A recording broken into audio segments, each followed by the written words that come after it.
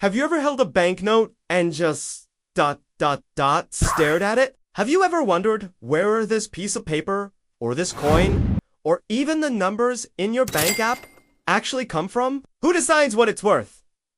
And how does it all work? It sounds complicated, but stick with me because we're about to break down the entire secret life of money in the simplest way possible. So, let's start with the absolute basics. What even is currency? Simply put, currency is the official money of a country. Whether you call it the dollar in the United States, the rupee in India, the euro in many European countries, or the yen in Japan. It's all the same concept. It's the system of money that a nation agrees to use. This isn't just some random token. It serves three crucial purposes. First, it's a medium of exchange. Instead of trading 3 chickens for a pair of shoes, you can just use money to buy them. It makes life a whole lot easier, right? Second, it's a unit of account. It gives us a common way to measure the value of things. We know a car is worth much more than a loaf of bread because of its price in that currency. And third, it's a store of value. You can save it today and, ideally, spend it tomorrow, next month, or even years from now, and it will still hold purchasing power. So, currency is the fundamental tool that keeps our entire economy running smoothly. It's the language of value that everyone in a country understands and agrees upon. Now for the big question. Who is the mastermind behind all this money? Who gets to create it? The answer is the country's central bank. You might have heard of them by different names in the United States. It's the Federal Reserve, often called the Fed. In the Eurozone, it's the European Central Bank, or ECB. In India, it's the Reserve Bank of India. Almost every country or economic bloc has one. The central bank is like the financial heart of a nation. It has the exclusive authority to issue currency. This means it controls both the physical money, the colorful banknotes, and shiny coins you can hold and, perhaps more importantly, the digital money that exists only as records and computer systems. Think of the central bank as the ultimate guardian of the country's money supply. Its job is to manage how much money is in circulation to keep the economy stable, control inflation, and ensure that people have confidence in the currency they use every single day. They are the puppet masters of money, but their goal is to keep the whole show running without a hitch. Let's get into the fascinating process of making physical cash. How are those crisp banknotes and solid coins actually made? It's a process that blends artistry with high-tech security. It all starts with the design. Central banks hire talented artists and designers to create intricate images for the notes and coins, often featuring historical figures, national landmarks, or cultural symbols. But it's not just about looking good. These designs are packed with sophisticated security features to prevent counterfeiting. You've probably noticed some of them yourself. There's the watermark, that faint image you can only see when you hold the note up to the light. There are security threads, tiny strips embedded inside the paper, and on many modern notes, you'll find holograms that change color or image as you tilt them. Once the design is finalized, the printing begins. Banknotes aren't printed on regular paper. They're made from a special blend of cotton and linen, which makes them much more durable than a page from your notebook. Some countries, like Australia and Canada, have even switched to polymer type of plastic, which lasts even longer and is harder to fake. Coins, on the other hand, are stamped out of metals. They're typically made from alloys of metals like copper, nickel, and zinc. The metal is melted, rolled into sheets, and then powerful machines punch out blank discs, which are then struck with dies to impress the design on both sides. It's a massive industrial operation to create the cash that fills our wallets. But here, as a mind-blowing fact, most of the money in the world today is UNT physical cash at all. It's digital. The vast majority of our currency exists only as electronic entries in a bank's computer system.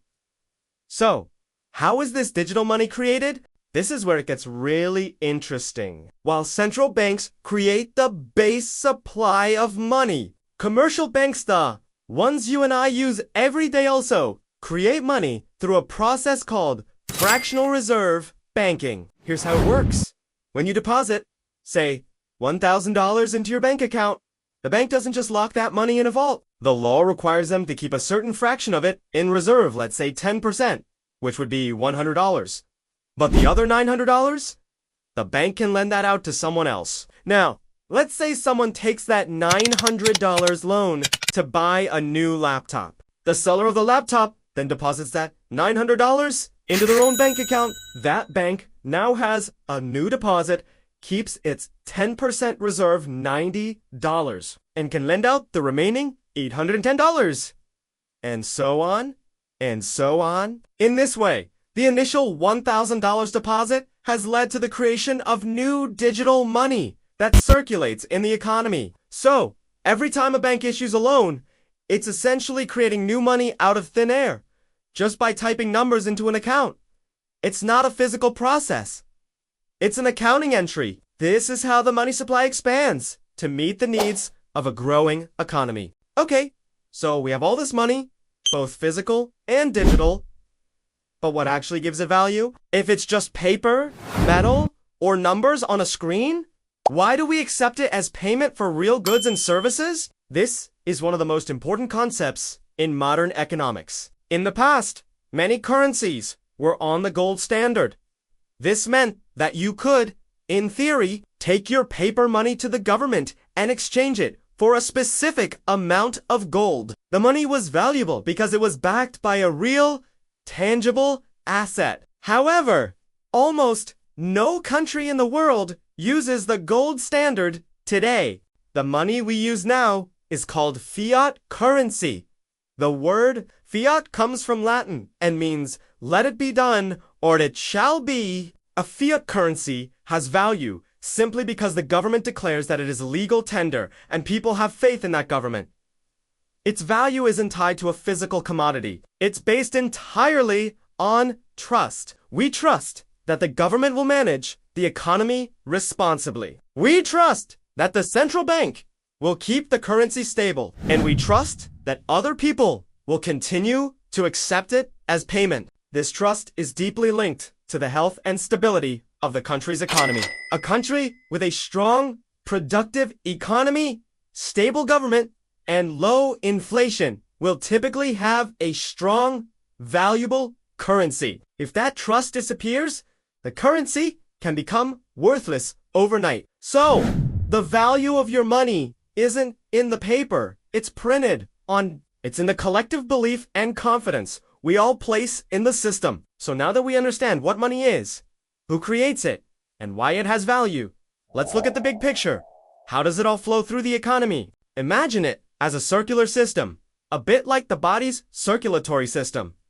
The journey starts at the central bank. The central bank injects money into the system, primarily by lending it to commercial banks. Think of this as the heart pumping blood into the main arteries. These commercial banks then act as the vessels that carry the money out to the rest of the economy. They lend it to people and businesses. You might get a loan to buy a house, a student loan for college, or a business might get a loan to expand its factory. This is how new money enters everyday circulation. Once it's out there, the money starts moving. You use it to buy groceries. The grocery store uses it to pay its employees' salaries, and the employees use their salaries to pay rent to their landlord. The landlord then uses that rent money to pay for property maintenance, and so on. Money is constantly flowing from person to person, business to business, facilitating trade and economic activity at every level. But the journey doesn't end there. A portion of that money eventually makes its way back to the government in the form of taxes. People pay income tax, businesses pay corporate tax, and you pay sales tax on goods you buy. The government then uses this tax revenue to fund public services like schools, hospitals, roads, and defense, which in turn feeds back into the economy. This entire circular flow from the central bank to commercial banks, out to the public, and back to the government is What keeps our complex modern economy functioning day in and day out? And that's the life story of money. From a simple concept to a complex global system, currency is one of humanity's most powerful inventions. It's built on trust, managed by central banks, and flows through the economy like lifeblood. So the next time you pay for something, take a moment to appreciate the incredible journey that money takes every single day. Thank you so much for joining me on this deep dive into the world of currency. If you found this interesting and want to learn more about how our world works, make sure to hit that like button and subscribe to the channel. It really helps us out. Drop a comment below with any questions you have or topics you'd like to see next. See you in the next video.